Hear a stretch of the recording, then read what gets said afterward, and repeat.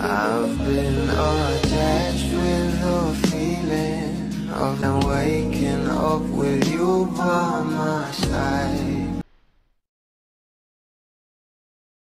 Hindi pa rin nga nakakamubuhan ng lahat ng mga bula sa Iloilo na kung saan ay pumunta nga itong ating couple para sa Dinagyang Festival Caravan na kung saan ay talaga namang dinumog nga itong ating couple at talaga namang itong ating Donnie ay hindi nga nagpauli at talaga namang nagpost sa kanyang social media account na talaga namang sobrang saya nga nila dito ng ating Bel Mariano. Narito nga guys sa nasabing post.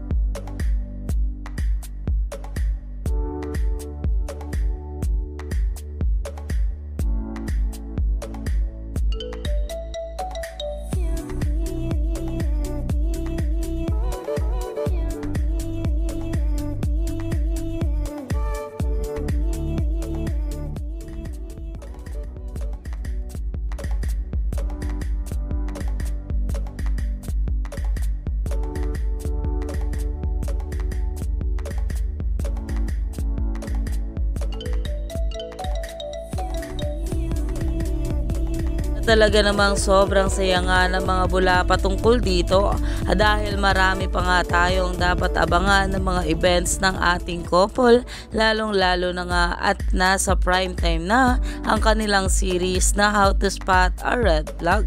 Kaya naman stay tuned lang tayo for more update kala Donnie at Bel sa mga susunod pa na ayuda dahil maraming pa nga tayong dapat abangan sa ating couple ngayong araw.